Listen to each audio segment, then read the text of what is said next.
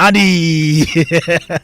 We'll be joined online by Frank Doe, who is a tour guide, and also Caleb later on the show right here on Joy 99.7 FM. Let me say hi to my guests. Let me start with my big uncle, Uncle Ken. Hello. Kwame, hello.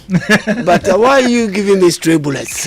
Oh no, I was giving you fun. In your presentation, you straight bulleted me. No, I said we were going for the invitational. Yeah, and but some of us will be taking part in certain sporting activities. And others. I'll be doing, sack race. And what was I not going to be able to do? You do everything.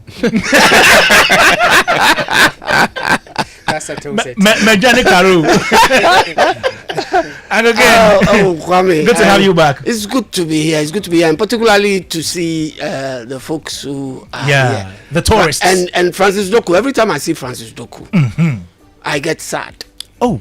Because I miss Nana Texan. Every time I see Francis I get Doku, it. I get very, very, very sad because of Nana Texan. Because that's what we used to because do. Because the fun we had together. It's amazing. Amazing. The fun. Those days. Oh. Yeah. Yes. Those days I used to listen to you. I used to listen to you. Kwame was listening in Kofodia. It's been a very horrific week for me. I've been so down. The whole of this week. Just because of what happened to the two. In East Legon. Yes. Very sad. I have not come to terms with it. I have not been able to come to terms with it, and it's affected me so much. So sad. Because it's very unfortunate. It's something I just cannot understand. Yeah. And oh, God have mercy. Very unpleasant situation. These are the sort of things that make us question God. Yeah. But we say he knows best. And we always come back and say he knows best, But to innocent souls out on a journey, maybe to buy something and get back home or whatever. Whew. Terrible. Let me say hi to Mr. Frimpong. And Mr. Frimpong is also right here with us. He's the president of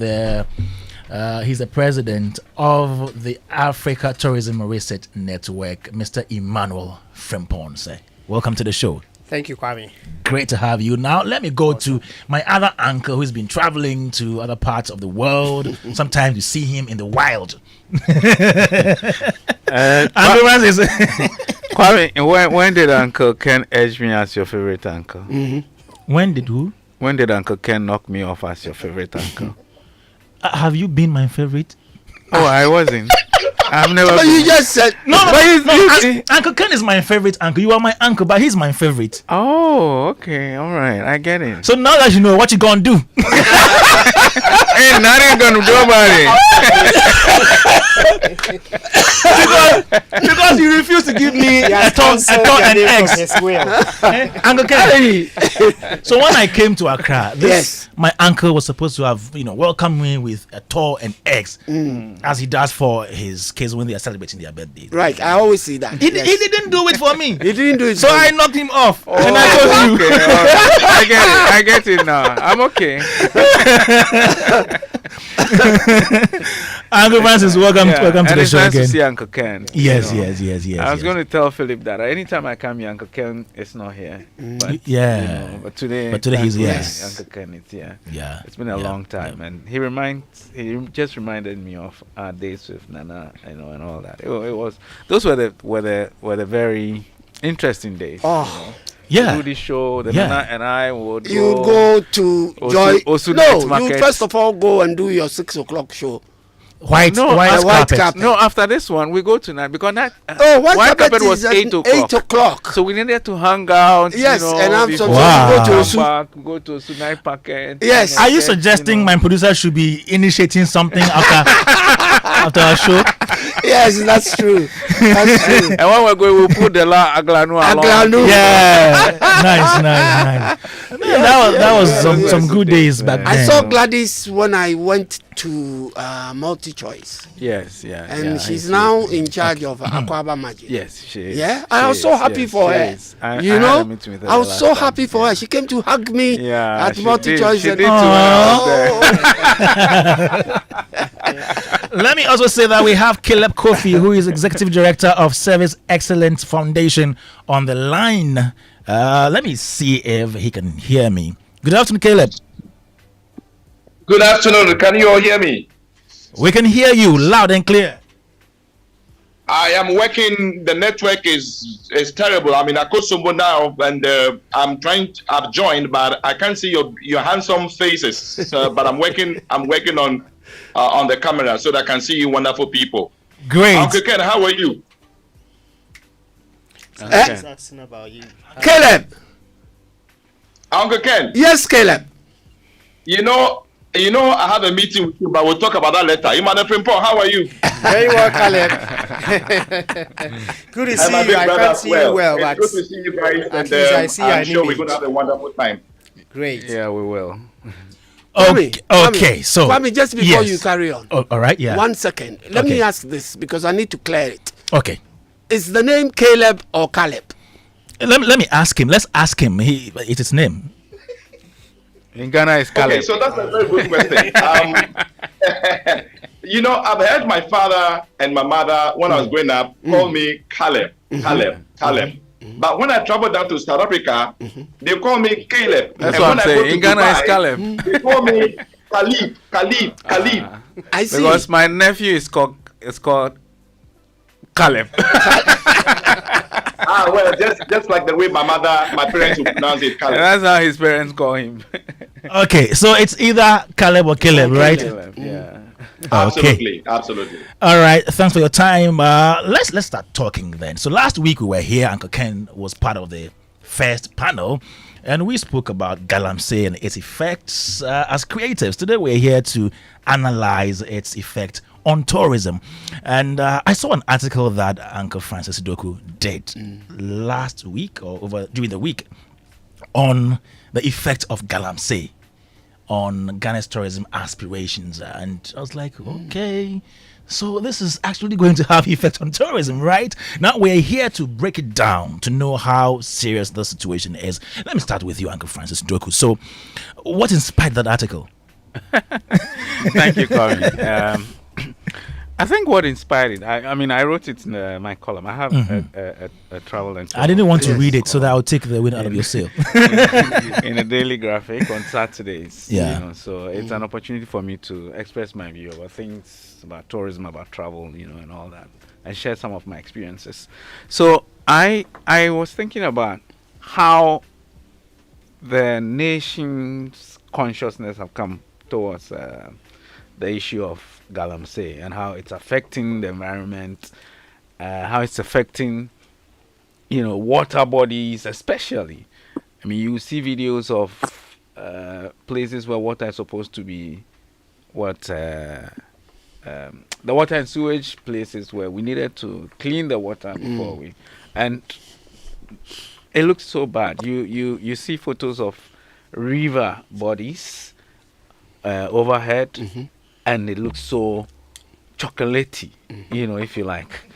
You see, and I this week I even saw how the river that is going into the sea and how it's carrying along all that, you know, brown, you know, if you like, debris and all that color into the sea, you know, and all that. So for me, those were the things that, and there has been a lot of conversations about how labor, you know, at the time said they were going on strike. There was, you know, so many issues happening, and a lot of people were calling on the authorities that, look, it's time we found a way to stop it. So I was thinking about how tourism would also be affected, because we set ourselves as a nation that is trying to push ourselves to become the tourism destination of preference for anybody who's coming to Africa. Last year, I think we did about 1 point something. It's difficult for us to cross the 1 million line. The first time we did was 2019, and COVID came. Yeah. We went down, and now we're trying to get ourselves back there. Last year, thankfully, numbers that show that we were about 1.4 or something like that. So we're on a drive, and there are a lot of things that we're doing. I mean, Ghana since 2019 has become a place that everybody wants to travel to in December. People have been coming here and all that, but because of the noise we made, the events that we aligned, and how we spoke about it, I travel to places, and people are asking me, when do I come to Ghana? And we've seen a lot of things you're doing. Do we come in December, or is there another time that we can come and all that? So there's a certain level of awareness that Ghana has gained that I believe would lead to us eventually getting to a place where we want with tourism. But I felt that these things that is happening would have negative impact on our drive and our aspirations, because ecotourism is very important to people, and they want to come into places where they have access to water, clean water, where rafting, Mr. Doku, I'm not cutting you, yeah. but I want our listeners who are new to this tourism space to understand what ecotourism is. Oh, but ecotourism, we mean the natural, tourism where Okay. water, mountain, waterfalls, Good. and generally, I mean, Ambassador Frimpong. Frimpong can better, break it into. But Yes. As compared to things that you have to build, Yeah. like maybe even a castle is not an ecotourism. Ecotourism, yeah. Stuff like that. But where you go to your wildlife, your waterfalls, your natural places where they were created by God, if you like, and you want to experience nature, that becomes your ecotourism place.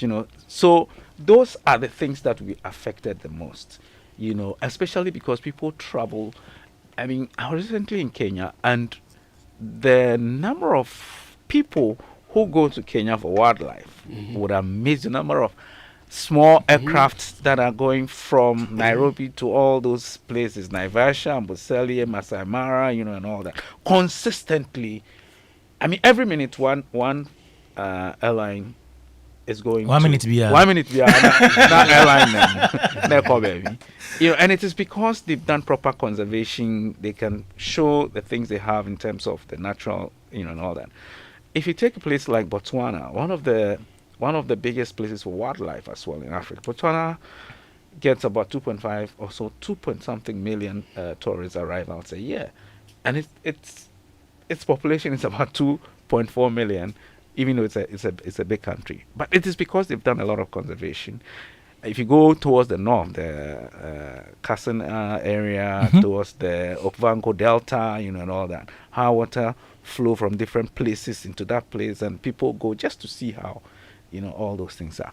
I feel that if we don't find a way to put an end to this, especially when I saw the likes of Ankobra River. I mean, there was a time, 2014, that I went to Axim, and I went towards the Ankobra, sign, and saw that the water was nice. There was boats on the water that you could be on, and all, and tour the area, get fish, and all that. But I saw how the water had become. I saw the prayer, how it had become. I feel that we are heading towards what you call tourism Armageddon, and so there was a need to look at how to bring us back. Another thing, and I think the gentleman who we spoke with earlier, Kwame Frimpong, mentioned about investment. Tourism thrives on investment. Last year, if you recall, there was an investment summit for tourism at Jeffrey with the president. At Pediasi, which the president addressed. There have been different conversations about how to attract investment into our tourism space. And all these conversations that are going on, I think that investment sometimes is shy of, things like how do we get our money back if we come to invest in your economy, especially in the area of tourism. Because of the bad press that we're having, and a lot of people have asked that, what is happening in your country? There's a way, in my view, that those investments will not come in. So we cannot expand our tourism, infrastructure as we hope to, because government really cannot no government is able to build all the tourism infrastructure. They need to have private investors come in. They need to have PPP and other things to develop those infrastructure. And so if we keep this and the conversation still goes on and people think that, well, there's no way I'm going to get my money back, we are going to, in my view, lose that investments that people may have thought of, bringing into our. And finally, I think also, not final, but so I end so other people come in as well. I mean, there's when tourists are going to places, they want to be sure that they're not going to places where they have health issues. They will have, security must be assured, and all that. But health issue is very important. If I'm coming here and I know that the water that I'm coming to drink, I have problems, there's absolutely no way that I'm going to come.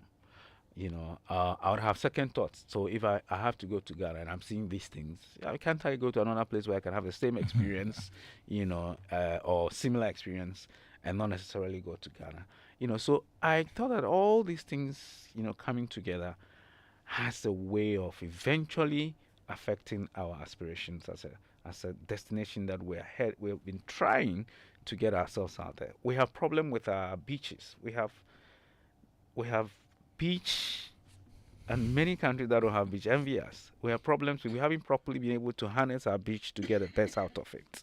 So much dirt and filth and the other one, fecal matter in our sea. So we're unable to use the sea to attract tourists the way other countries are able to. Once again, just to give a small example of Kenya. Kenya's biggest tourism source is Uganda. About 50% of all the people who travel to Kenya come from Uganda, because Uganda is a landlocked country, and they go to Kenya mostly because they will go for beach tourism, and to do weddings on the beach, do snorkeling at Mombasa, and all that, And so it's important that if we are not able to do that, and the areas where we could expand ourselves to, we're still also cutting ourselves from there based on this thing. I think that it's important that we look at it. So the nation's consciousness, and a lot of people are speaking about that. And I think that there are good voices that are speaking about that. I think the issue where it's become like, once you talk about Galamsey or ask about it to be stopped, then you are opposed to authorities, existing authorities. I think we need to go beyond that. Many people speak because they feel that we're destroying things that we need to be able to protect, and so it would affect health, it would affect other things. But I think that if we want to become a tourism destination that we ascribe to, we need to stop it now. There's been suggestions about let's halt some of these things and then see how we can do it. I feel we should. If we do not, I think that some 5 years to come, we would be in a very difficult situation as far as tourism is concerned. That's right. Let me bring in, thank you very much, Francis Duke. Let me bring in Mr. Emmanuel Frimpong, who is president of Africa Tourism Research Network. So, how serious is this Galamsey menace on tourism? Is it that serious? On tourism? First of all, let me use this opportunity to thank your listeners and those who are watching us, and also the opportunity to meet Uncle Ken. I've been listening to him, and I didn't know he was this younger, because the way George and others would tease him, I thought he was. He's an old young man. He's an old young man. And also meet my brother. He's young at heart. Yes. Very, very, very intelligent. So Kwame, the issue of Galamsey and the impact on tourism is very serious. It is serious, but unfortunately, because in our part of the world, we don't pay attention to research, we don't do much survey, so we haven't really sat down to look at where are we being impacted and what is the negative impact in terms of GDP and even employment that will have, health that will have on us. So I'll look at just two things before we get into the deeper conversation. So the first impact that I look at is what I call reputational effect or reputational impact. Reputational effect in the sense that I think Francis alluded to that. Now, yesterday I moderated a program, United Nations World Tourism Organization, the African Tourism Board organized one, and I was privileged to moderate it, and we had about 9 or 10 tourism ministers from Africa who participated, and also other tourism board members. And before we got into the conversation, we're talking about tourism. And I was surprised to learn that most of these countries around us, in the past, they were not focused on tourism. Countries like Togo, Benin, The things Benin Senegal, is doing, Benin, amazing. Cote d'Ivoire. The tourism minister of Cote d'Ivoire said they just did 2 million in 1 month. 2 million visitors visiting In 1 month. in 1 month, just yesterday. So you know what is happening, and we are all asking the same tourists Yeah. to come. So if they are doing what we are not doing, they are promoting their countries, they are marketing their countries more than we are doing. We do a lot more of talking than actually doing the actual work of getting people to come here and making sure that when they come, they are happy, they are satisfied, they come back. So these countries are promoting their destinations. And then the moment they get more or less this competitive advantage over us, that look, Ghana, look at what you are doing to your water. And Francis mentioned, for safety and security is number one for every tourist. Food safety, water safety, and then safety, the fact that if I go out, I'm sure I'll come back, I'll not be attacked. So if I'm not sure of the water safety, if I'm not sure of food safety, why should I visit your country? So these countries around us who see Ghana as, yes, 2019 we did well by attracting, at least hitting the 1 million, 1.3 or so. Could we have done more? Yes, we could. So these countries are going to use this negative, Yeah. I mean, the illegal mining Yeah. to actually attack us, in quote, that, Ghana is not safe. I mean, their water is not safe, their food is not safe. Food, of course, will become expensive, water will become expensive. Why not So come here? these countries will begin to attract the very same people that we want to attract to come to Ghana. And when we did the year of return 2019, the following year, you know what the Nigerians did? They brought about 17 people in their tourism industry to come and understudy what we did in 2019. They did that.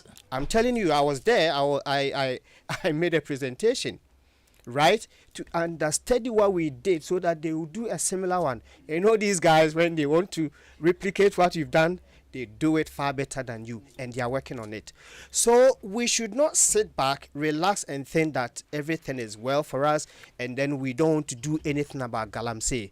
It is serious when countries begin to pick on us, because when they are coming, these environmentalists, they are very particular about countries that do not pay attention to the environment. So they will tag you. Last 2 years we did ecotourism, and we're looking for some specific hotels, and the sponsors were specific. We could not get any hotel in this region, Accra, to host it. We had to go to Royal Senchi, Why was that? because they thought, in their opinion, none of the hotels in Accra were eco hotel enough to host that program. Please explain. What do you mean by being tourist? Water. Yes, break it down. So how you use electricity, how you waste water, what you use, your roofing, everything you do there, do you take the environment into consideration?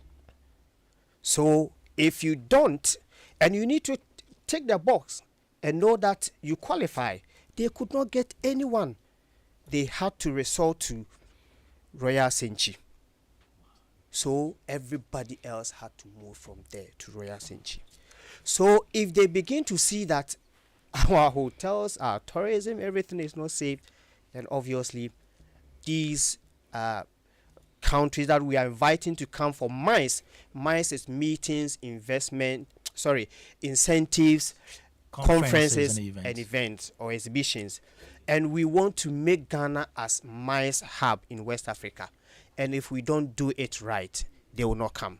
The second one had to do with investment, which Francis also talked about and OK Frimpong also mentioned. Just this year, August, September, I was in Berlin on some tourism investment opportunity, and I'm supposed to be back this month, 28th to 5th of November, on investment impact in Africa, attracting investment into Africa. And I'll be dealing with tourism, investment in tourism and hospitality. And just this morning, the host sent me a message. So what is happening with the situation with illegal mining? Just this morning, this very morning. Really? Yes. And then he said, okay, I should also prepare if there is any question around it. That is what he told me, that I should also prepare if there is any question, because investors would not want to invest in places where they cannot get the return on their investment. Francis just mentioned it. So they just don't look at the fact that the economy is good, people are nice, and no, they are looking at more things that we don't look at, and the environment for them is number one. So it's become a matter of concern to the international. It is critical. It is critical. They are looking at us. They have not picked it up, but gradually they will pick it up, and it will be against us. Later on, I'll ask you something about what your presentation will be when you go there. But let me speak to Caleb, who is Executive Director of Service Excellence Foundation. Caleb. Hello, Caleb. Yeah. I'm here. Okay, so we've heard from Francis Doku and Emmanuel Frimpong. We are analyzing the effect of Galamsey on tourism in Ghana. Your take, sir? Galamsey has been on the bubble for some time now. There has been a lot of commentary at different levels, high levels, middle levels, low level, and it looks as if we don't actually have a grasp on what the solutions should be. And I want to look at, again, because Service Excellence Foundation, we do advocacy for service quality, and we also look at the leadership. Today's conversation is focused on tourism, and I could agree with Emmanuel Frimpong more when he touched on the reputational damage, the subject matter reputation. It is very, very, very important. Recently, I've had 3 guests, one from Switzerland, the other from Italy, and then also just UK, 6 hours away from Ghana, all expressing great concern about the state of Galamsey and the condition around it. So I asked them that, what do you think? Within your circles, is this something that is being picked? And he said, oh, yes, they've been talking about it.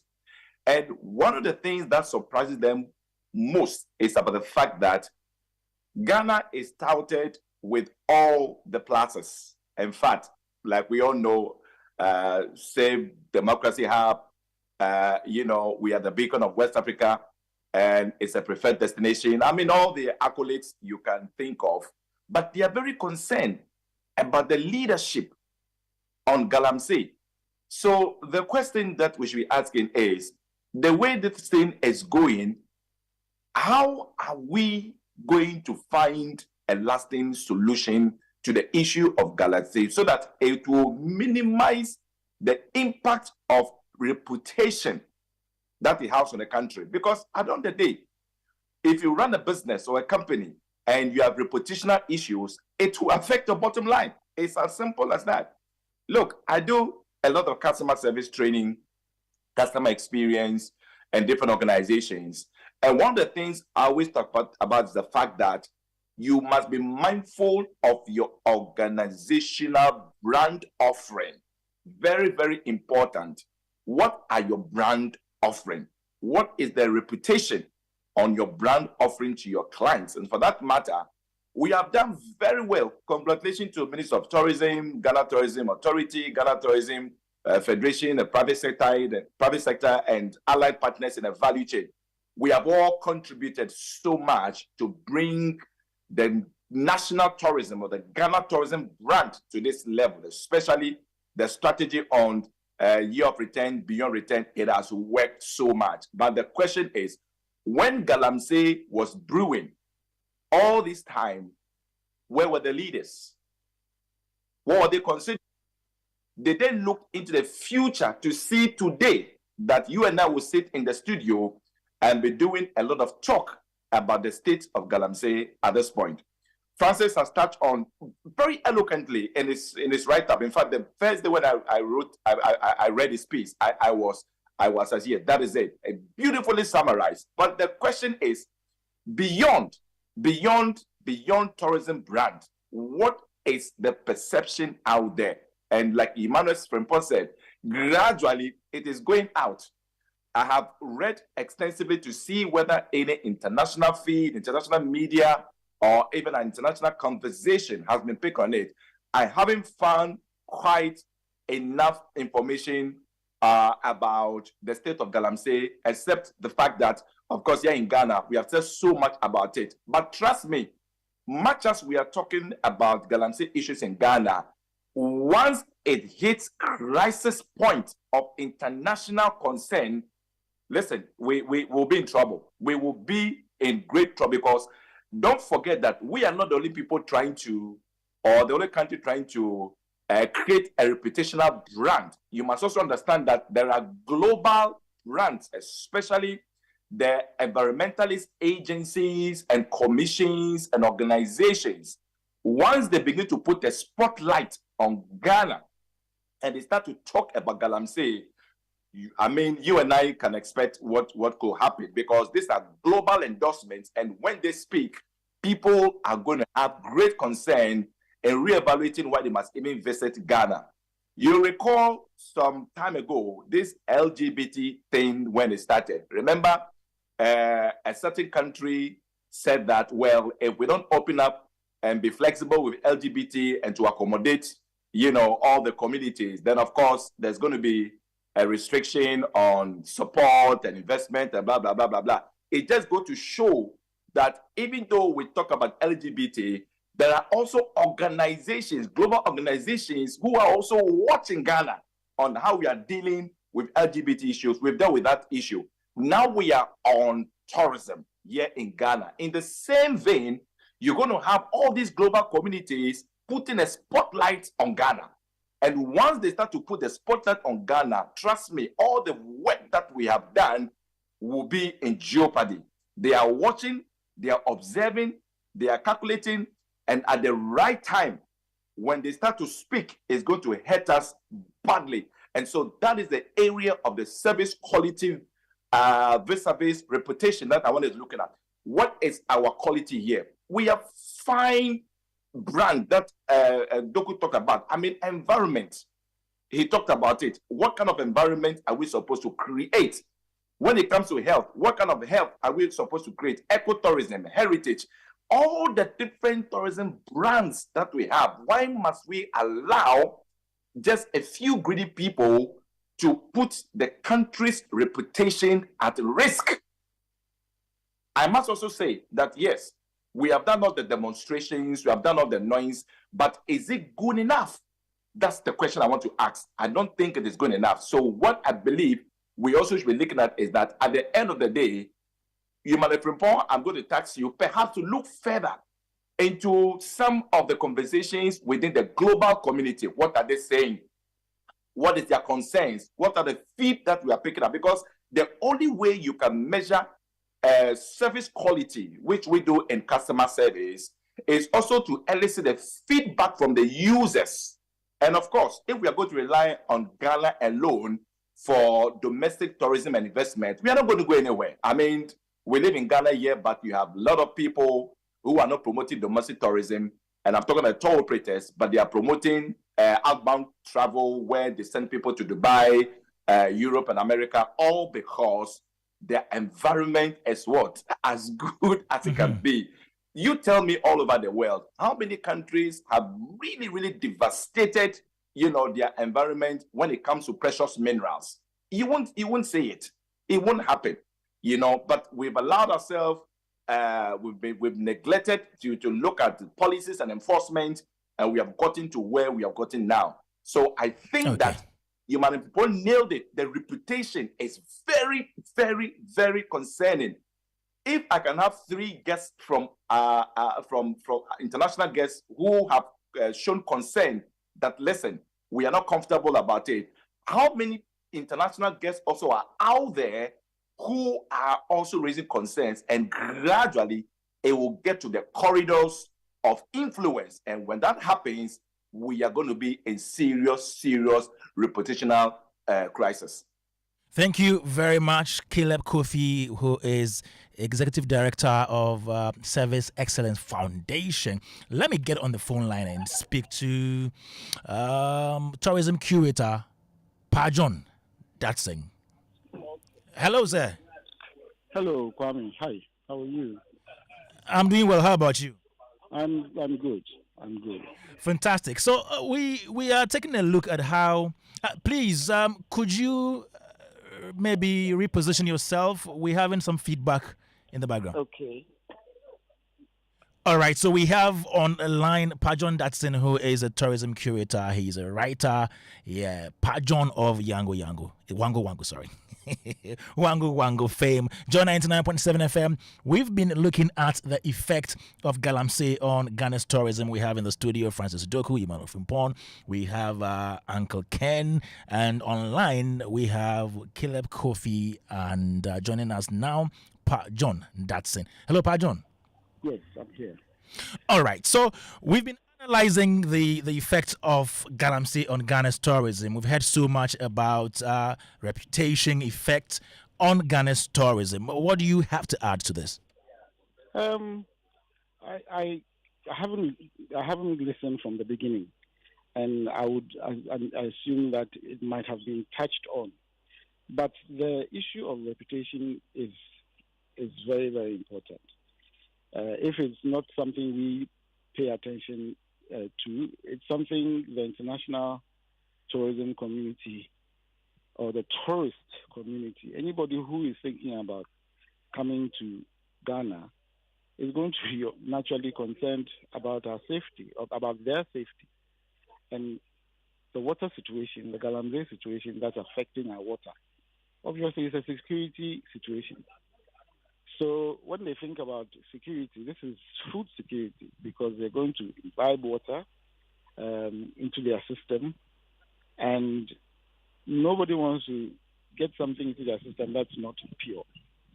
And with our water the way it's looking, and what social media is even doing, the things that we ourselves are even doing on social media that's going around, could adversely affect us, because eventually people who are going to be coming to visit us may think that all our water is so contaminated that we don't even have the bottled waters and co that we actually have. We here know that we have bottled water and all that, but it's not enough that, we really need to work on this Galamsey thing. And then the international reputation is so important to work at, to make sure that the image that we have out there is above board, and people who want to consider coming to Ghana. Because one of the things that happens is that when people want to visit, want to go on vacation, there's a chunk of the tourists who are just, we want to go on vacation. 2, we want to go to Africa. 3, where in Africa should we go to? I know a friend of mine who has linked South Africa, Ghana, and others. People call her all the time. that between South Africa and Ghana, where should they go to? She's living here currently, so she will come to Ghana. A few weeks later, they will call and say the visa process is a challenge. This is a challenge. If we're going to add the security of our water not being pure to the things that people are going to be worried about coming to Ghana, then we are going to be in even more serious problems. So that's what I want to. Okay. Pajon, please stay on for me. Let me ask my guests, and I'll come back to you with this one. Uncle Francis, so we've been talking about the reputation and all that, meaning that we are more or less concerned about the image outside. What about domestic tourism? How is this going to affect us, the tourism in this country? Domestically. Well, I mean, tourism is definitely two sides. Yeah. There's your domestic and then but Kwame, the one that gives you a lot more money is your international tourism. I mean, of course. Yeah, because when people come, they'll come with foreign currency. Exactly. And spend. So they will spend on taxi, they will spend in restaurants, they will spend in hotels, they will go to tour sites, and all that. So it's important that we preserve a certain reputation that will make people have the confidence in coming. But it doesn't mean that we don't have to think about our domestic as well. Exactly. Because the conversations about Galamsey and why people are on the streets is more focused on how Ghanaians, will benefit from the environment and not get harmed by the things that happen. Because we mentioned about how the water, mercury is entering the water bodies. And I think medical people have said that the effect of that will not be felt immediately. It could last for far longer. I mean, recently, when the hurricane, the Milton, happened in Florida, there were some people on a platform who were comparing the damage it did to those communities to the kind of damage that Galamsey is doing, to our communities. And I said that I feel theirs is not as devastating as Galamsey. Because Kwame, with insurance and all that, within 1 year, you wouldn't even see what happened there. But what happens here is lasting. Like the water, the environment, things, and people are getting sick. And if we don't take care, it will last longer. So it's important as we think about or discussing or urging or pleading or encouraging that we put a stop to, Galamsey. We're thinking more about our people. Great. But I think the point we're making also is that it's important we keep an eye on how people perceive us, so that if they decide, as John said, first of all, I want to go on vacation. Where do I go? Yeah. I want to go to Africa. In Africa, where do I want to go to? Ghana. Is it Ghana or where? If people think about all that, they will choose us, so that they will come with their dollars, their pounds, their Canadian dollars, Australian dollars, Naira and things, and spend in our economy. So it goes down to everybody. Eventually, tourism, if it is done well, it becomes a very big employer.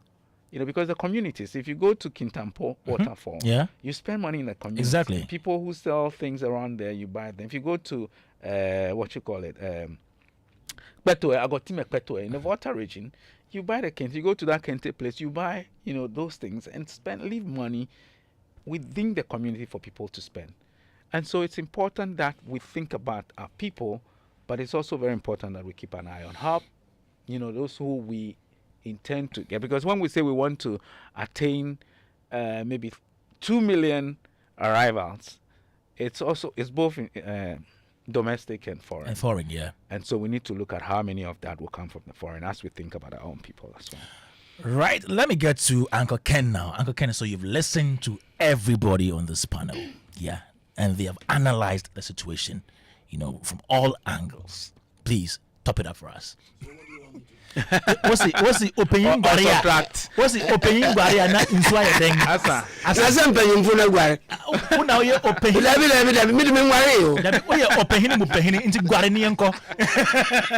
Brilliant. I've enjoyed the submissions from all of them because almost all the people you've spoken to so far are in that industry. Yeah. The tourism industry. Yeah. I got a bit worried when a couple of weeks ago on Newsfile, a lady came to talk about the sanctions our food exporters could have if we don't curtail what's happening with Galamsey, because most of the food and stuff that we export out there are contaminated.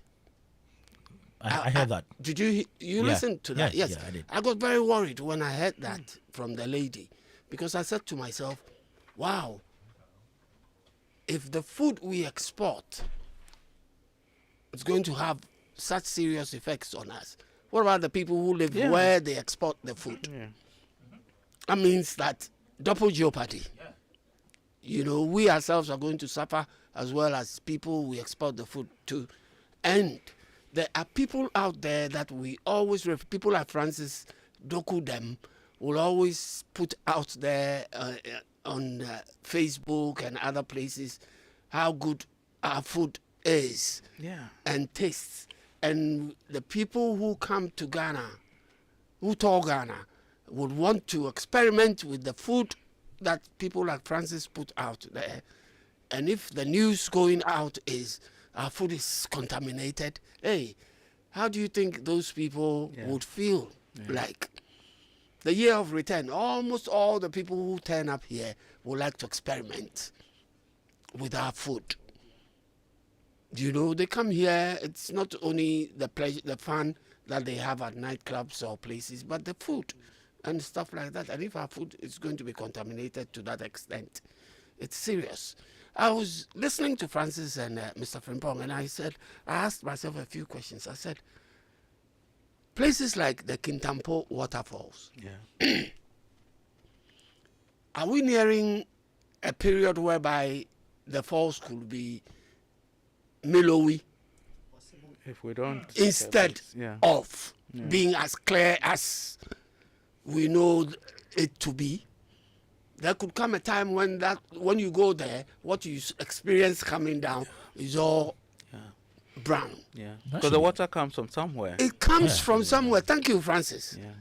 Because I'm saying to myself, it comes from somewhere. And if we are polluting where it comes from, what do we expect when it gets there? And I say to myself, foods like tilapia, where do we get tilapia from? From our lakes. Right? And if most of our lakes are being polluted. Poisoned, actually. Thank you. Poisoned. You know, most of our lakes are being polluted and poisoned. And I say, hey, we've spoken so much about tilapia that the whole world wants to experiment with tilapia when they come to Ghana. But we really promoted tilapia. We have. From being Kobe. Now when I was growing up. And Kobe was... Now we are on catfish. Francis, when I was growing up, Kobe was the least expensive commodity to buy in a market. Now don't go there. Now if you don't put down 200, I'm telling you, don't go there. Kobe. It's tilapia, please.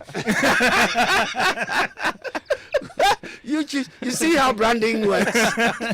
The people in the branding business will tell you how branding works. We branded Kobe to tilapia. Na tilapia. But the tilapia is the fresh. Yes. You know? And I'm saying if these things can be polluted, it's going to affect people who come down here to want to experiment and taste this so-called tilapia that we talk about. So it's a very serious situation that we find ourselves in.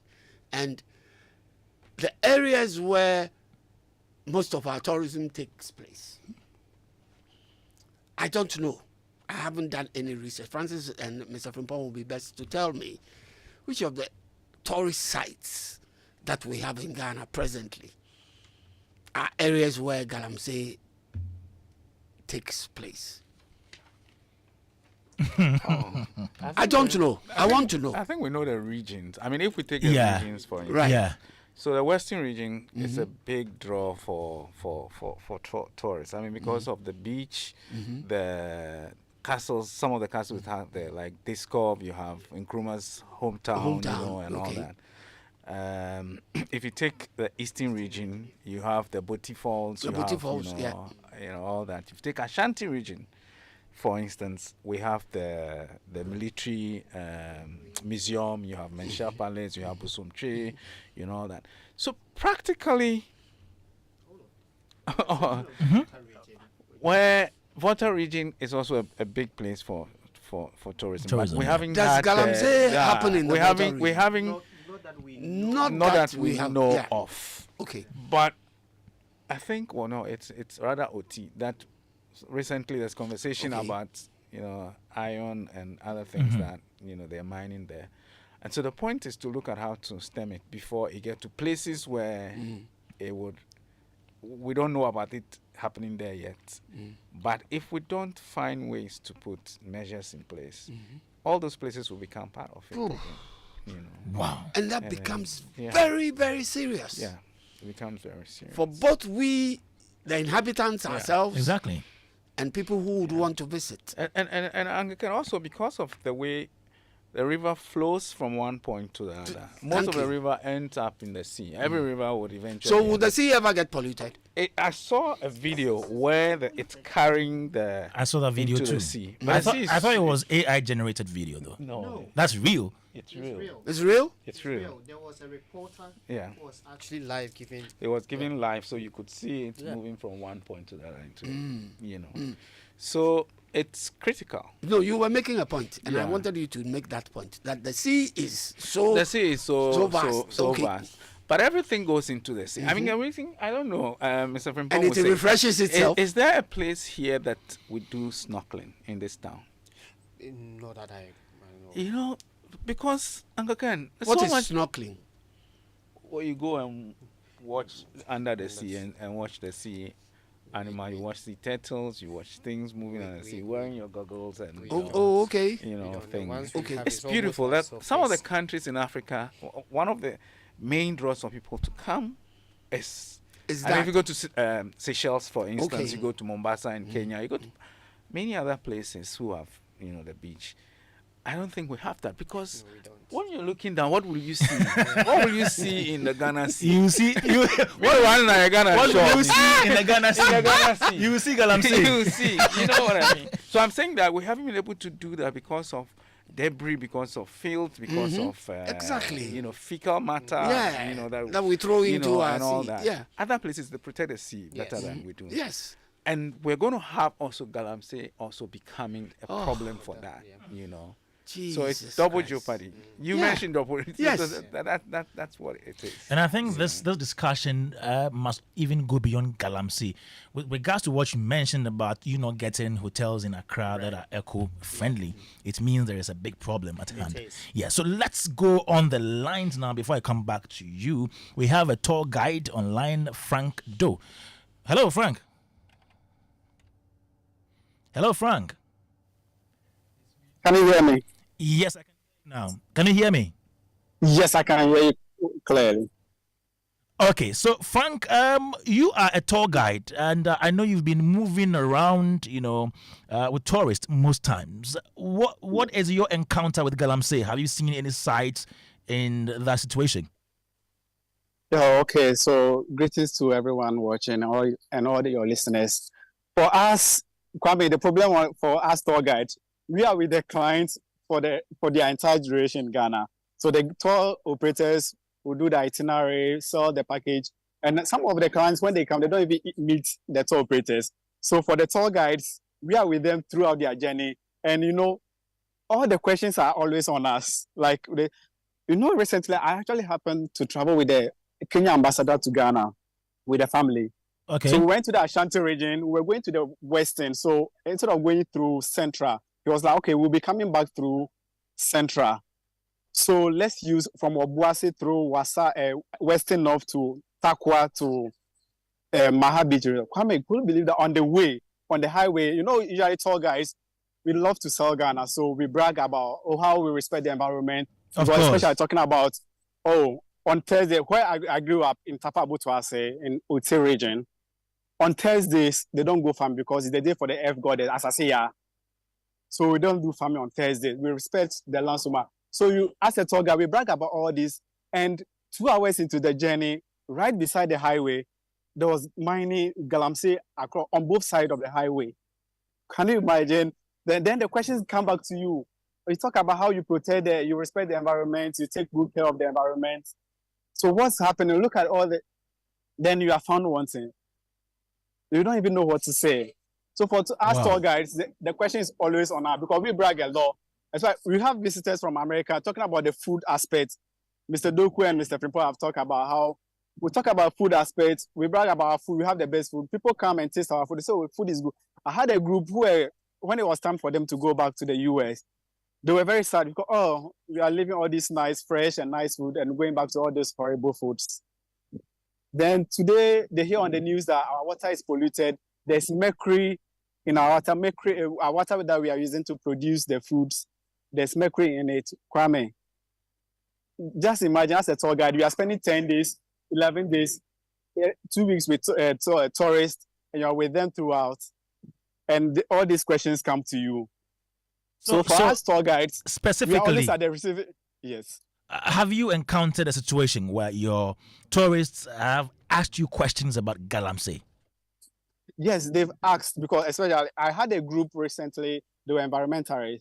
So they were visiting Kakum and actually I don't know how they managed to get to the news that they got the news that there is illegal mining happening in the Kakum forest. I don't know if you've heard about it. Sure. And that question was thrown to me. Then I was found out because I brought that, the Kakum National Park is connected to all the way from Upper Guinea. So it's connected to the we call it the Upper Guinean forest. So Guinea, all the way through Cote d'Ivoire to Ghana, the Kakum Forest Park is connected like that. So it's a very, very important place for research and all that. So they asked me about it. Then Kwame, I didn't know what to say. What questions did they ask? Or like, okay, we've heard that there's Galamsey happening in the Kakum Forest, but this is the place, an ecotourism and a research site. So why did we allow these things to be happening? Wow. Why did we allow these things to be happening? And what answer did you give them? I told them this goes beyond just an individual. It's a network of issues. But the government and the people of Ghana and the leadership are working on it that this situation will be curtailed very soon. So that's the only encouragement I was able to get now. We are really working hard on it, 100%. The military is involved, national security is getting involved. So the next time they are in Ghana, they are not going to say anything of that sort. So from your interactions with them, from your interactions with the tourists, did it come across as they've been disappointed in, touring these places? Yes. The group, I had a group about 10, and you could see, especially the older generation among them, they were really disappointed from their body language. I could see that they were really disappointed. When I was traveling alongside with the Kenyan ambassador, you could see the man was really heartbroken because he had some guests and his family as well. So the man has been here for so long, so he loves Ghana, and seeing that happening right by the main highway, on both sides of the highway. No, this guy didn't mind. They were just mining, and the beautiful landscapes have been destroyed. The landscape around there has been destroyed, especially about 2 hours into the end, getting to Wasa Ekropon area. Wow. Let me ask you again, Frank Doe. So from the interaction with them, did it occur to you that these tourists might not return to Ghana again for future visits? I could tell that if they get a better option compared to Ghana, they are definitely not coming back. Because other countries around us are busily developing. Sorry, when Mr. Doku and Mr. Frimpo were talking, they mentioned about Togwem. Do you know what Benin is doing? Their target is by 2025, 2026, tourism have to be the second highest earner for Benin. So when I went to the Voodoo Festival in January this year, the president himself was around from day 1 and day 2. The guy is busy working. Road networks are being fixed. And Ghana, our problem, excuse me to say, is that we are only good at speaking English. but we are not doing the actual work. We only speak good at speaking English. It's more talk, eh?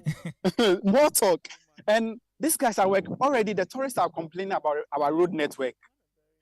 Our facilities, our tourists at our tourist attraction are not in good shape compared to our competitors. Then you are adding a pollution of water. Because, all right, Kwame, do you know that when most of these tourists are coming, they inform them that don't even use the tap water to brush your teeth. Oh, okay. They are told this before they enter. Yes, I think Mr. Frimpong and Mr. Doku will attest to that. They told them you don't even brush your teeth with the tap water, so they have to use bottled water. So already they have that at the back of their mind that yes, our water, tap water, is not safe for drinking. Safe, not even for drinking, for even to brush your teeth. They are not serving, so 100% they are banned from drinking it. To even paste to brush your teeth with it, they are warned not to do that. So now that the water is polluted, they are reported that there are mercury in our water, and they are using the same water to go and cook for you. The fish you are eating is from that water. Do you see where we are getting to? Wow, Frank. Frank, thanks for your time. Please keep on, interacting with them, and let's see how this goes. And we pray that this is solved very soon. Very soon. Thanks so much for your time. Thank you for having me. Okay, so Frank Do is a tour guide, and we're still here having a conversation on the effects of Galamsey on Ghana's tourism. Joy 99.7 FM Showbiz A to Z. We are back. This is Senna from the boat safety team. You can't see us, but we are right here with you on every boat ride. To your left is the ride insurance team. We insure your ride as soon as your trip starts. To your right is the record audio team. We keep a recording of your trip for 24 hours in case you need it later. And behind you is the customer support team, ready to chat 24/7. We are the boat safety team, by your side on every ride. If home is where the heart is, then let's go home, shall we? Let's go where the entertainment is, where the passion is, where the laughter is, and sometimes even the tears too. Let's go where we feel safe enough to share our opinions and send tweets, where we do that embarrassing little dance to our favorite song. Let's go home where the love, the care, and the joy live. There's no place like home. Connect your home to super fast internet with affordable data bundles from MTN Home. Visit broadband.mtn.com.gh or your My MTN app to sign up today. MTN. It's time to take action and create your prosperity. Hi there, this is Lucy Quist, author of the book and convener of the conference, The Bold New Normal. I would like to personally invite you to this year's Paradigm Shifting Conference. Speaking, Patricia Obonai, CEO, Telecel Ghana, Bernard Avle, General Manager, CTFM and Channel 1, Valerie Labi, CEO, Wahoo, Dr. Yao Pebi, CEO, Heart Group, and many others. In addition to our seasoned speakers, I will host the masterclass. Make a date at the Pearly Gates Gardens, East Legon, on Saturday, October 26, 2024. It starts at 8 a.m. sharp. Purchase tickets at lucyquiz.com and Eagle Tickets or dial *713*33*121#. The Bold New Normal Conference is brought to you by Platinum Sponsor, Margins ID Group, Sponsors, Stanbic Bank, Delta Airlines, Type, Media Partners, Dominion TV, Joy 99.7 FM, Sunny 88.7 FM. You don't want to miss this. The Bold New Normal Conference. Take action and create your prosperity.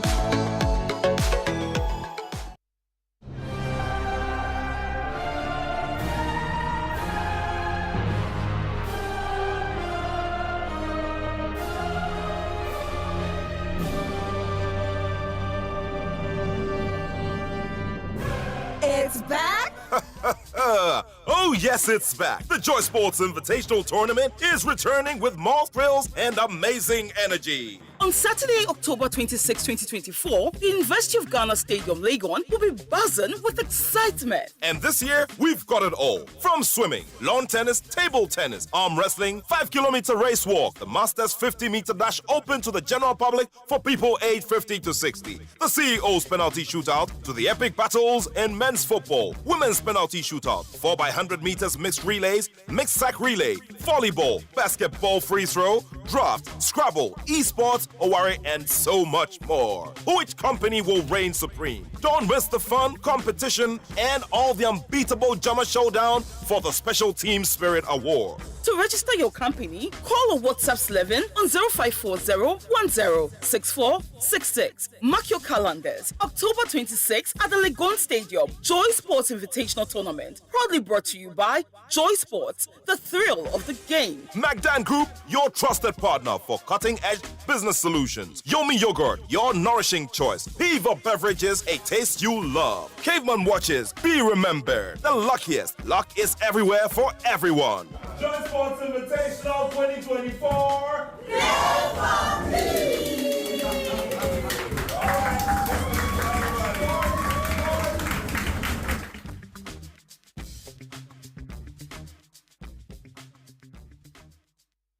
Want more money, more moolah, more kudi, more sika, or more l'argent? Yes. Then win more moolah with 30 Ghana Cedis free credit when you play Game Park's Pick 1 and Pick 4 games for the first time. How? Just dial *946#, get your first bet, and win on us with a 30 Ghana Cedi welcome bonus. Oh, yes. It's all about the moolah. Win more moolah with Game Park today. Go to GameParkGames.com for more information. Game Park is licensed by the NLA. Play responsibly. Not suitable for persons under 18 years.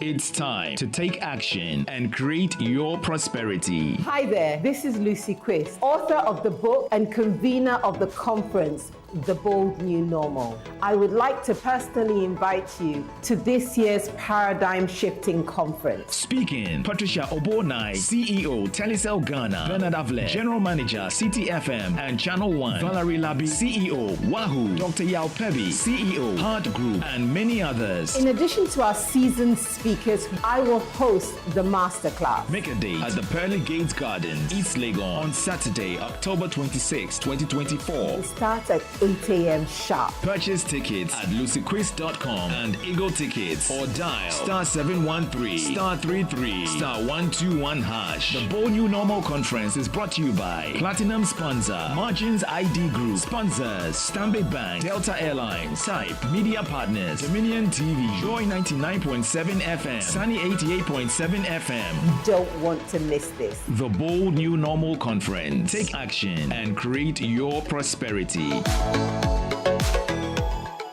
The biggest food, drink, and music festival is returning this October. The Eat, Drink, Music Festival is back. Let's go! Get ready for 2 unforgettable days filled with the best food and drink vendors, top DJs, and amazing musicians. Join us for an experience like no other, featuring world-class performances, a variety of local and continental foods, drinks, and fun activities like a celebrity cooking competition, esports, arts installations, photo booths, cultural exhibitions, a kids' play area, and so much more. Oh, yeah. Location, Good Park, Accra Mall. Dates, 26th and 27th October, 2024. Time, 12 p.m. to 12 a.m. Get your tickets now on all networks by dialing *714*500#. For more information, visit www.eatdrinkmusicfestival.com or call us at 0550-188-888. Eat Drink Music Festival, the ultimate festival experience. I'm saying that Ghana must not introduce free SHS on the whimsical promise of a desperate politician. Many mistakes have been made by countries in Africa already with free SHS. Akufado, minya wudienye, wuye bwe, bawumia, minya wudienye, wuye bwe. Hey, Mami Jamefua, why are you so excited this hot afternoon? My sister, when I remember what Free SHS has done for me and my children, I can't help but be happy for what Nanado and Dr. Bawumia have done. You remember when I lost my husband who was the breadwinner? Yes, I remember very well. There was no hope for my 3 children to go to school until Nanado and and Dr. Baumia introduced free SHS. Now my children, Kofi, Esi, and Kojo, attend all these big schools. In fact, do you know they are saying they want to review it? That's one. Some of their people are saying that they should cancel. Others too are saying they should make some people pay the fees. Hey, they want to do their thing again. Who is going to pay and who will be going for free? They want to push we the poor people aside and start using their connection men and protocol to access the free SHS life-changing policy. That is why we have to do everything in our civil rights to make sure they don't come and spoil this good thing for us. This free SHS policy that Mahama and his people said is not possible. But now see, it is possible. This year, we are voting to protect the free SHS. Vote Dr. Baumia, #1 on the ballot. The MacDown Entrepreneurship Challenge Season 1 has been a journey of great impact. From the application process to the selection of participants of MacDown Entrepreneurship Challenge Season 1, the millionaire investor Dr. Daniel Macaulay is staying the course of grooming the next generation of multi-million-dollar entrepreneurs for Ghana. Ghana's unemployed youth population is growing exponentially by the day. A private sector intervention is needed to lighten the burden of employment on the government. The MacDown Entrepreneurship Challenge is one of such privately funded initiatives. Ghana, are you ready for the second edition of the MacDown Entrepreneurship Challenge Season 2? In this edition, 15,750 applications were received. 80 applicants have been selected for the real showdown. So watch out as these 80 business ideas are put to the test in the battle for the ultimate prize. Who will succeed? Who will fall out? And who will win the $100,000 cash prize in the MacDown Entrepreneurship Challenge Season 2? The MacDown Entrepreneurship Challenge is brought to you by MacDown Foundation. The MacDown Entrepreneurship Challenge, coming soon. This is Senna from the Boat Safety Team. You can't see us, but we are right here with you on every boat ride. To your left is the Ride Insurance Team. We insure your ride as soon as your trip starts. To your right is the Record Audio Team. We keep a recording of your trip for 24 hours in case you need it later. And behind you is the Customer Support Team, ready to chat 24/7. We are the Boat Safety Team, by your side on every ride. Charlie, this year's elections, I am really confused. I don't know who to vote for. Why don't you know who to vote for? Let's listen to one policy JDM says he's going to implement when he's voted. I think so. NDC ban. They be bien Juman kitten. My person branch executive na di omo be gym. Say kuko na person share poultry farm. Ketu ebi near mao akuko bono near ton kuko na mao near mao eduane a ode beto eduane sika ode beto eduane ama. But why are you laughing? My guy, relax. So this is the reason he wants us to vote for him? Oh, the man hasn't changed one bit. Same old dead goat. Now let's listen to one of the many policies Dr. Baumia has for the youth. Jobs would be my major focus. Now, me be training 1 million youth in digital skills. And see, that's not all. Apart from that, he's going to set up SME Bank to enable SMEs expand, to create jobs for the youth, and also increase demand with the buy now, pay small policy, which is the credit scoring system. Oh, really? That's not all, oh. Let me give you the last one. He says he's going to introduce Buy Ghana First policy to boost local businesses to help them expand and employ more youth. Wow. Now, I know who I'm voting for come December 7th. Dr. Baumia, you have my vote. Yes, so these are but a few of DMB's bold solutions for the youth when he's voted into power come December 7th. I've changed my mind. I'm not voting for JDM anymore. I'll vote for the bold solutions man, Dr. Baumia. Great decision, my brother. This year, Dr. Baumia's vote, yem fan cheche. Vote Dr. Baumia, #1 on the ballot. Hey, we see you specking your car, taking that trip, chilling on the beach. Charlie, now we want to see this become your story. Simply use your ABSA card 10 times or more and you'll be entered into a monthly draw where you stand a chance to be among 5 lucky winners to take home 40,000 Ghana cedis. The more you use your card, the more entries you'll receive. Earn an extra entry by using the ABSA app or internet banking 5 times or more. No ABSA card? Don't worry. Visit the nearest branch for an ABSA account or card today and make winning part of your story. Promotion is between 1st July and 31st October. This promotion is regulated by the National Lottery Authority on the Caritas Lottery platform. Terms and conditions apply. Your story matters. ABSA. The luckiest. Star 712 hash. Luck is everywhere. For everyone, yeah. Here's to the friends who dialed star 712 hash and found no regrets. To the investors who struck gold. To the health workers who diagnosed luck with precision. To the tough guy who couldn't hold back his tears. To the passionate fan who couldn't contain his joy. To the seamstress who turned her hard-earned stitches into a bundle of happiness. And now, here's to you. Your next big win is right here. Luck is everywhere.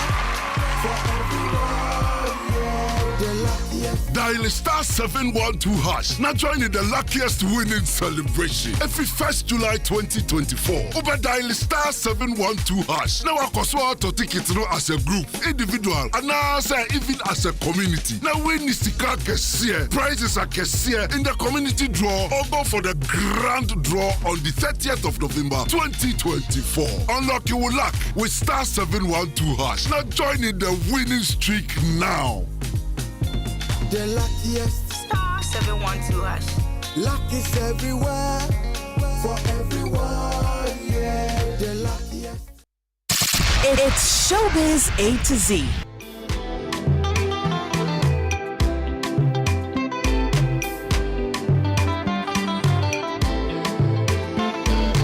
Still radio on Showbiz A to Z, Joe 99.7 FM. And we've been talking about the effect of Galamsey on Ghana's tourism. I have an in-house here, Uncle Ken Adi. I have Francis Doku, Emmanuel Frimpong. On Zoom, we have Frank Doe, we've had Pajon Datson, and still on Zoom, we have Caleb Kofi. Showbiz A to Z, my name is Kwame Dadzie. In the meantime, the Infantipim Old Boys Association presents the 2024 annual fundraising dinner dance. So join us on Saturday, November 2nd, 2024 at 7 p.m. at Stoneview Restaurant and Event Center in East Legon. Come and enjoy fine dining, music, dance, and networking. Support the Kwaboche Center for sports excellence. Tickets are selling for single 300 Ghana cedis, double is 500. So get your tickets now. Call 020-140-9090 or 024418798. Or better still, you can call 050-3186-258. The dress code is formal with a touch of infantipim. And the hashtag is Muba Dinner Dance 2024. So don't miss out. Media partners are Joy FM, Joy Prime, and Joy News. Kwaboche, Jin Shekan. Are you ready to get way more chances to win with Betway? Every single day, you have the key to unlock 5 free spins on Mega Money Wheel, where you stand to win a massive 1 million Ghana cedis jackpot. So what are you waiting for? Log into betway.com.ga today and take your spin, all thanks to Betway. Terms and conditions apply. And this is regulated by the Gaming Commission of Ghana. Bet the responsible way. Betway. Get way more.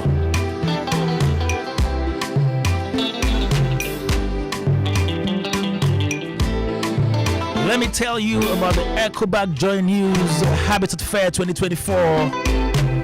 Just take your home ownership dream into reality. The EcoBank Joy News Habitat Fair is brought to you by Virtual Security Africa, Uben Security Doors, Clifton Homes, Superlock Technologies Limited, Depth Tracker Woodland, Home World Building Supplies Limited, Tino Solutions Limited, ABS Glazing Limited. And it's back with everything you need under one roof. Whether you're looking to buy land or start construction, we've got you covered. So come to EcoBank Joy News and interact with the industry players from 30th of October to 2nd November 2024 at the Accra International Conference Center from 8 a.m. to 8 p.m. daily. Just come, get a house, and make it a home. Are you ready to create your bold, new, prosperous future? Join Lucy Quest with a lineup of renowned trailblazers at the Bold New Normal Conference 2024 on October 26 at Pearly Gate Gardens, East Legon, Ghana at 8 a.m. Together, let's take the bold solutions and the bold actions to create our prosperity. Get your ticket now on www.lucyquest.com or www.egotickets.com or using the short code *713*33*121#. For more information, email theboldnewnormal@gmail.com. Joe 99.7 FM. And again, let me remind you that every single day you have the key to unlock 5 free spins on Mega Money Wheel, where you stand to win a massive 1 million Ghana cedis jackpot. So what are you waiting for? Log into betway.com.ga today and take your spin, all thanks to Betway. Do that now. Let me come in here, continuing the conversation on the effect of Galamsey on Ghana's tourism. And I have in the studio Mr. Emmanuel Frimpong, who is president of Africa Tourism Research Network. I also have Francis Doku, who is CEO of Digital Plugin Limited. We have Frank Doe. Okay, he was on earlier on, the tour guide. Also in the studio, Uncle Ken, who is a broadcaster. And we have on Zoom Caleb Kofi. We are having a conversation on tourism, Ghana's tourism, and how Galamsey is affecting, or the possible effect of Galamsey on Ghana's tourism. Already we've spoken to the tour guide and other people in this value chain who have spoken to the effect or the possible effect of Galamsey on tourism. Let's come in and try to proffer solutions as usual. So, apart from all that we are doing today, apart from the conversation we're having, apart from some of the solutions that the president, has proffered during that meeting with organized labor, what else do you think will be the right thing to salvage this whole situation, the Galamsey menace? Let me come in here, or maybe as industry people in the tourism value chain, should we do a protest or demonstration? Let me start with you, Mr. Frimpong. Beyond all these promises and everything we're doing here, the protest, everything, what do you think can be the solution, or should be the solution to Galamsey? As a nation, we have given our right, in quote, to the president, that he should take care of us in terms of our security, our resources, and everything we have. So for me, it has to come from the president, and what has to be done is that let us stop everything for now. As far as mining is concerned, especially those in that deep forest close to the water bodies, and those that are doing, whether it's you have a license or you don't have a license, because now we don't even know who has a license and who has a license but is supposed to operate in Eastern region, but the license somehow, some way is allowing that person to operate in Western region. And we also have people who have license to operate in Station A, and then somehow, some way they are operating. So let's stop everything now. And then when we stop, we re-engage. Okay, you have a license. You are supposed to operate here or mine here. You've been mining at this place. No, you can't do that. These are the terms and conditions. You cannot mine maybe 100 meters or whatever from the river. You can't go into the forest. Of course, the president, I'm not sure if the mining law, that bill has been totally revoked, or they are waiting for Parliament to come and then reverse it. So that has to be done. And then we need to halt every mining activity as far as those in mining the water and in the forest is concerned. We have to do that and then engage the community. The chiefs must be involved. And sometimes when I hear people talk about the chiefs can't do anything, and I'm like, how did they? Because they don't use shovel, pickers to go and mine in that deep forest and river. And the chiefs are in the community. So don't they see the excavators moving in? Are they not concerned? So what are the chiefs also doing? Are they also involved? I'm just asking. If you are not involved, how do you allow somebody to come to your village? And when I was a child growing up in Sabronum, where 3 chiefs were dethroned by Otumfuo Osei Tutu II. Oh, okay. I saw the forest, I saw the rivers there. I went there last year in October. I was there to bury my dad, and I saw the devastation. So the chiefs are there, the youth are there, they see what people are doing. What do we have to do? That area was a farming community. They were into tomato farming, cocoa. They were into everything is gone. Now, when you go there, interestingly, we wanted to buy food stuff from there. It was even expensive in Sabronum than Fauman, which is about 30 minutes away from there. That's closer to Kumasi. The village food was even expensive than those in Fauman. How? Because illegal mining is taking place. Now, when they farm, they don't get their produce. So, for me, we need to halt it for now. Good.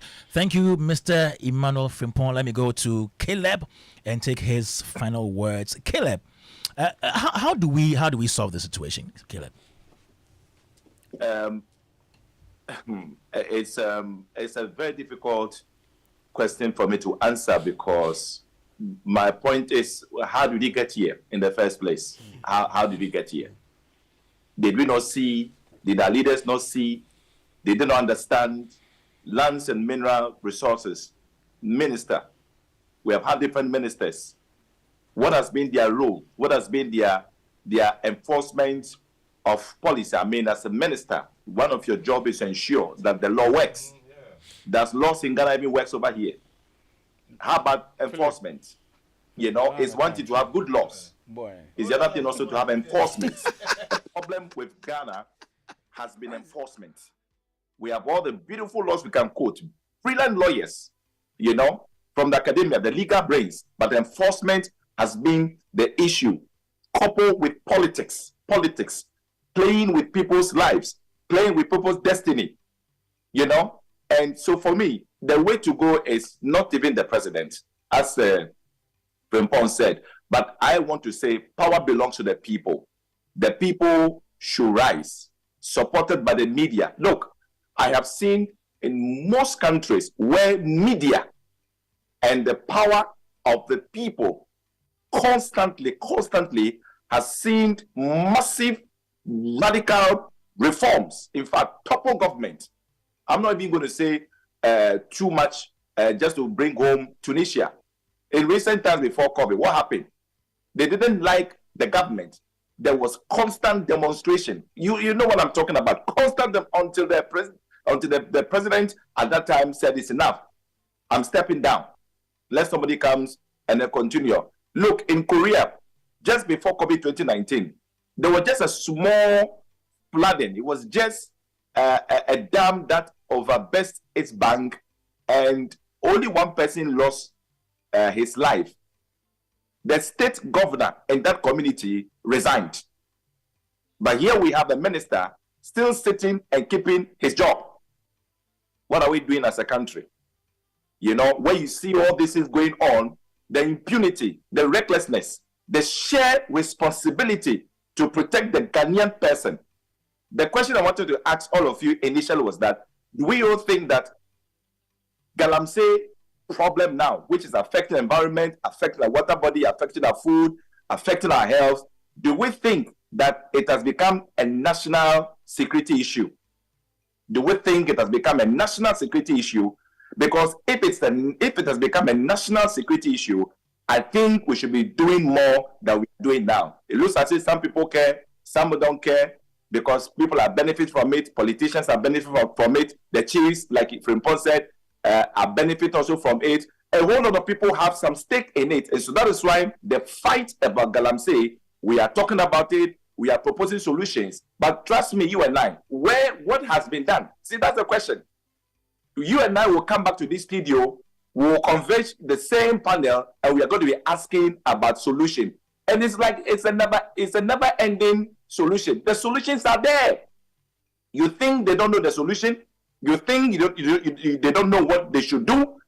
They know what must be done. But unfortunately, it has always been the same Ghanaian attitude. And that is why former President Mahama said, Ghanaians are short-sighted. They have short memory.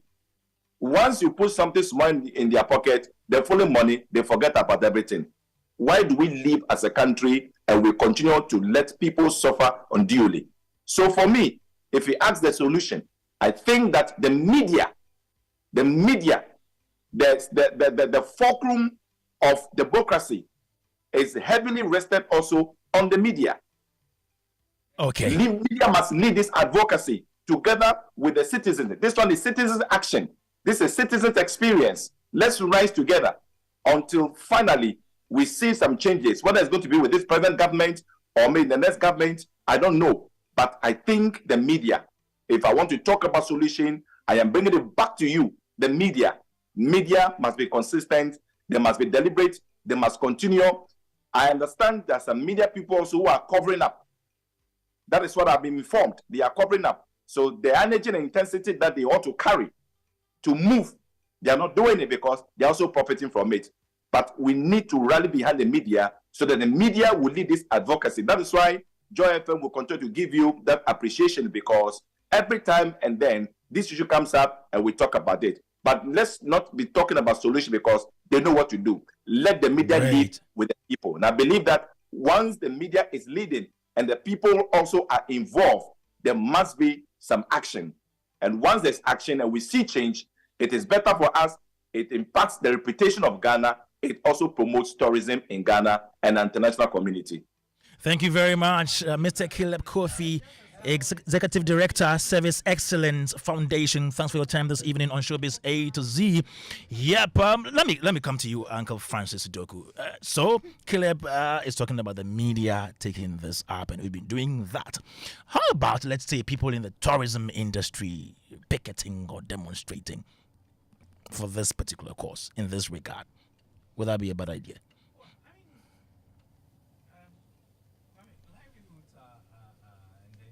You know, as it were. I mean, you remember what the tour guide said. You know, they are close with these people and they see every day the questions that are asked. You know, and all that, and so it would affect tourism communities that have tourist attractions where these things are. It will affect them. It means it would also affect tour operators. It would affect, you know, the value chain, hospitality, hotels, you know, and place where these things are. And so I think that maybe as we've started this conversation, maybe people didn't see it from the point of tourism as it is now. Yeah. And this perhaps is showing that even in the tourism space, we are all living dangerously, and it will eventually affect, you know, our incomes. It will affect the things that we do and the things that we like, the people that will come, you know, and all that. And so there will be the need for people within the space to take up advocacy as well. I would love to hear what somebody like Dr.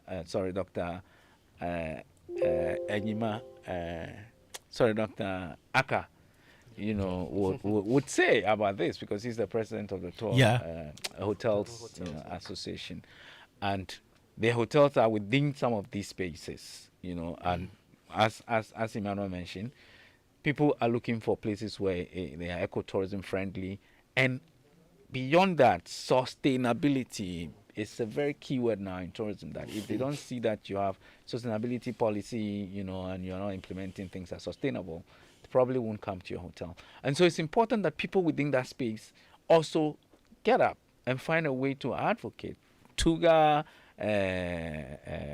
Gatov, you know, and all of them the event tour guides association, all should come together and say that, listen, this thing is going to affect our business. It means it would affect our income. It would affect our livelihood eventually.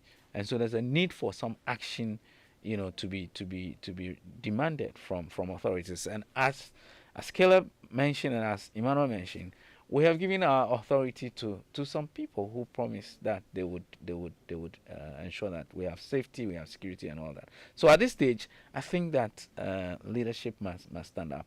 So something is done. Some have advocated for a declaration of emergency, state of emergency. I don't think that will happen. It won't happen. I don't think that will happen. But there's a need for some action that will ensure that we halt, as Emmanuel said, perhaps halt everything around mining for now.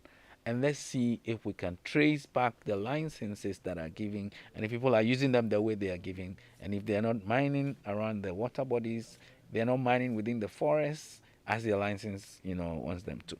So we need to stop. There's a need for some action, and that's what has been asked. I think the government put out some steps that they're doing. I hope that four of them. I hope that they implement those. But beyond that, I think the call is either there's a state of emergency, the military, or there is a stop to mining at this stage, and then let's see how things. This morning I heard on the newsfile that the military, the place they went. Mm-hmm.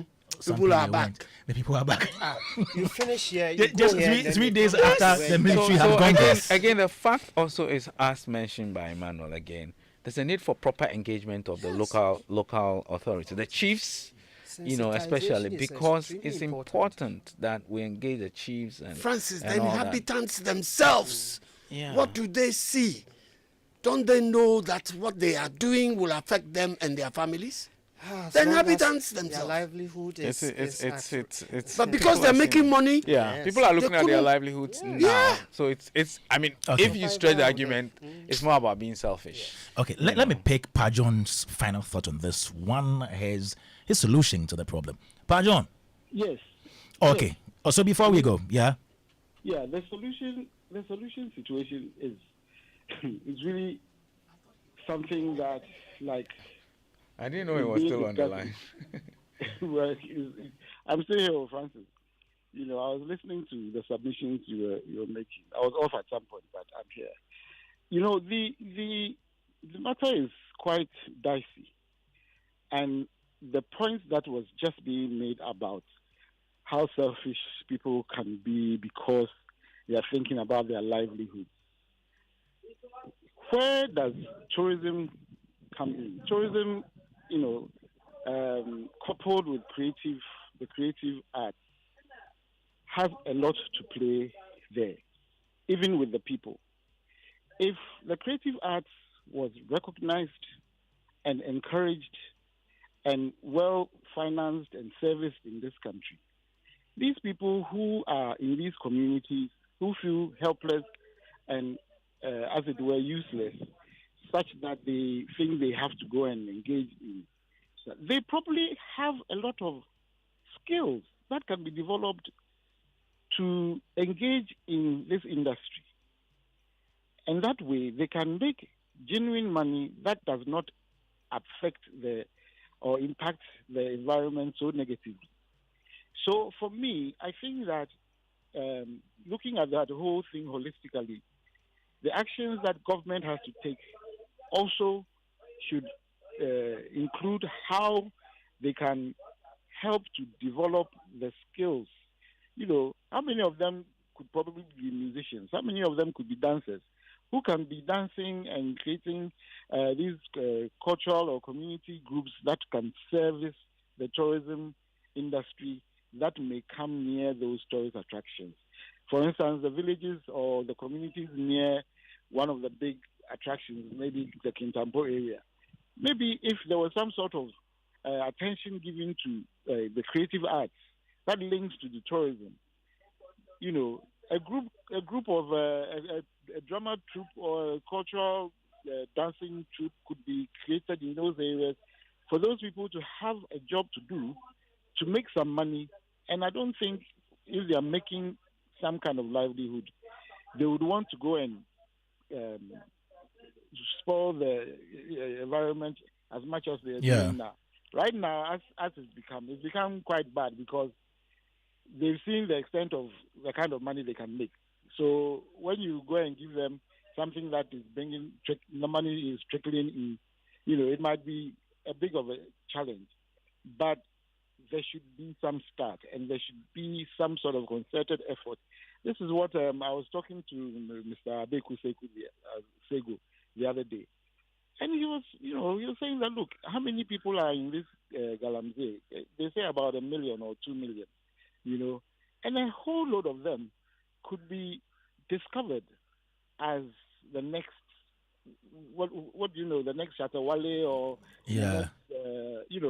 So these are some of the things that, some of the solutions that, as we're thinking of the military angle and all those other angles, how these people can be empowered with developing their skills, because like Francis said, the impact of this Galamsey is, we haven't even felt it yet. Sure. The impact is going to raise its head.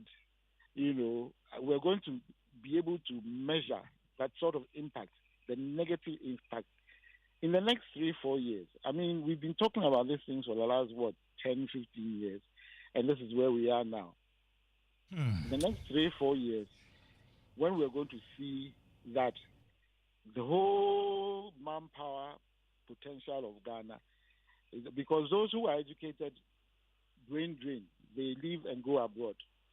And the ones who are left, those who don't get enough or good education, who think they are useless, who can or who could display their skills through creative arts and in the tourism industry, are not being given opportunity. So I think we must have a holistic way of approaching this whole thing.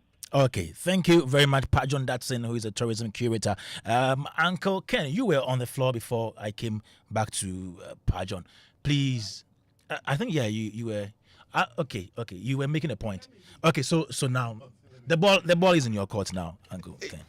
Yeah, Kwame. Yes.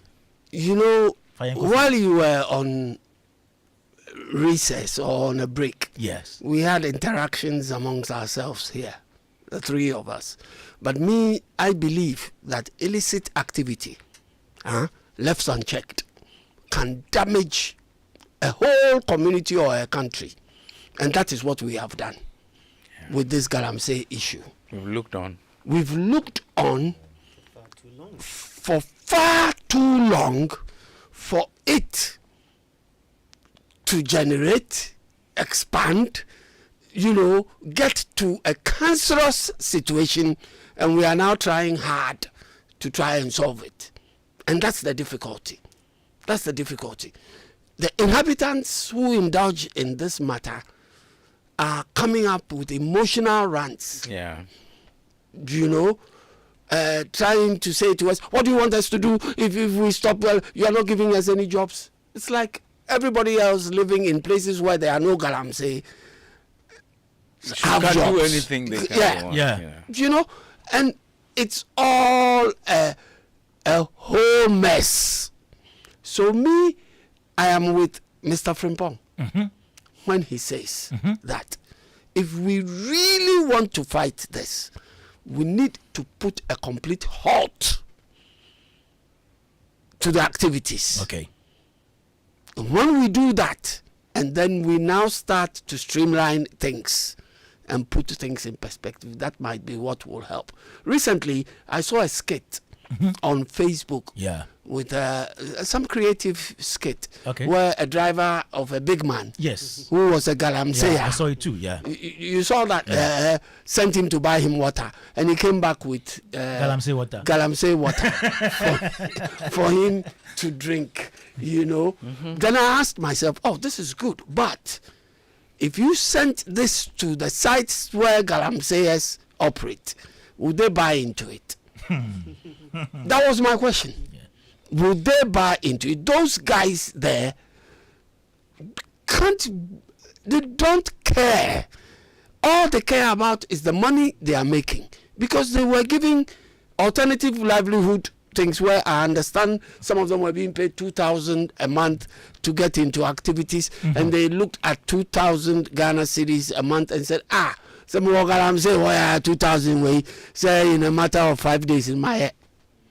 So why will I take the 2,000? So we see the issue is huge. That is why I am with Mr. Frimpong. Put a stop to it completely and then keep monitoring how things go. Otherwise, we won't achieve anything. Thank you very much, Uncle Ken. Thank you, Uncle Francis Doku, as well.